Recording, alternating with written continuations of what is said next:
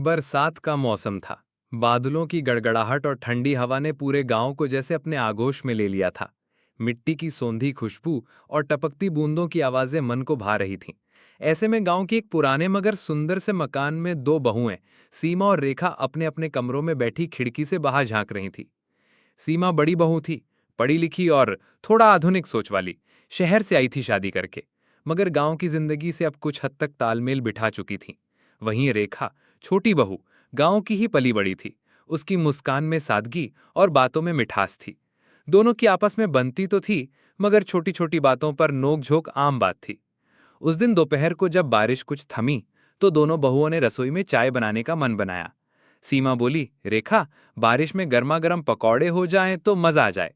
रेखा मुस्कुराई, हाँ भाभी, और साथ में अदरक वाली चाय हो तो बात ही क्या। चलिए, मैं बेसन निकाल लाती हूँ।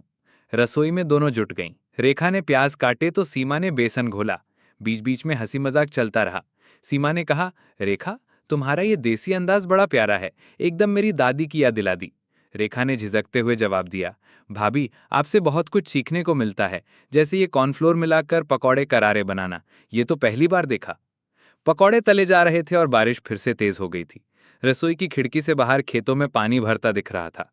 बच्चे कीचड़ में खेल रहे थे और गाय बकरियां किसी छांव की तलाश में थीं। चाय और पकौड़ों के साथ दोनों आंगन में बैठीं। बरामदे में छत की आवाजें बारिश की बूंदों से गूंज रही थीं। इतने में सासू माँ भी आ गई और बोली, लगता है आज कुछ खास बना है, मुझे भी चखाओ जरा। दोनों बहुओं ने हंसते हुए प्लेट उनकी ओर बढ़ाई। सासू माँ ने एक पकौड़ा खाया और बोली, वाह, लगता है आज दोनों बहुओं में गजब की जुगलबंदी हुई है।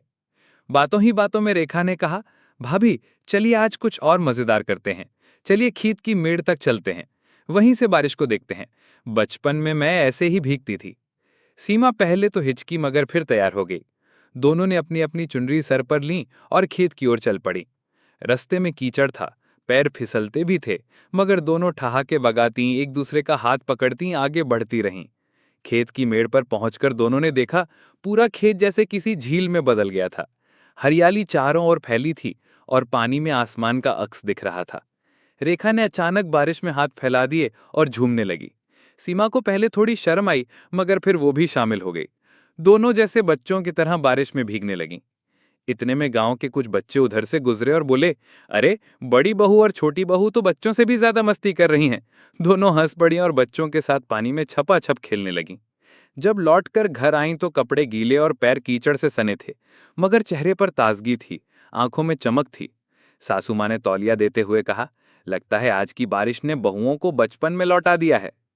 रात को खाना खाते समय सीमा ने रेखा से कहा, रेखा, तुम्हारी वजह से आज मैं कुछ देर के लिए सब कुछ भूल गई। बारिश, मिट्टी की खुशबू, वो खेत की मेड़, सब कुछ कितना प्यारा था। रेखा ने मुस्कुराते हुए जवाब दिया, भाभी, हम दोनों अलग जरूर हैं, मगर जब दिल से कुछ करने लगें तो सब एक जैसा लगता है। आज की बारिश ने हमारे बीच की सारी दूरियां धो डाली। उसी रात दोनों ने छत पर चारपाई डाल दी और तारों भरे आकाश के नीचे बारिश की ठंडी हवा में ढेर सारी बातें की। अपने बचपन की, अपने सपनों की, और उस छोटी सी जिंदगी की जो अब दोनों साझा कर रही थीं। वो बरसात का मौसम सिर्फ मौसम नहीं रहा था, वो बन गया था एक याद। दो बहुओं की दोस्ती, हंसी और नई शुरुआत की याद। बरसात आई तो थी कुछ घंटों के लिए, मगर जो रिश्ता उस दिन बना, वो सालों साल भीगता रहा, हर आने वाली बारिश के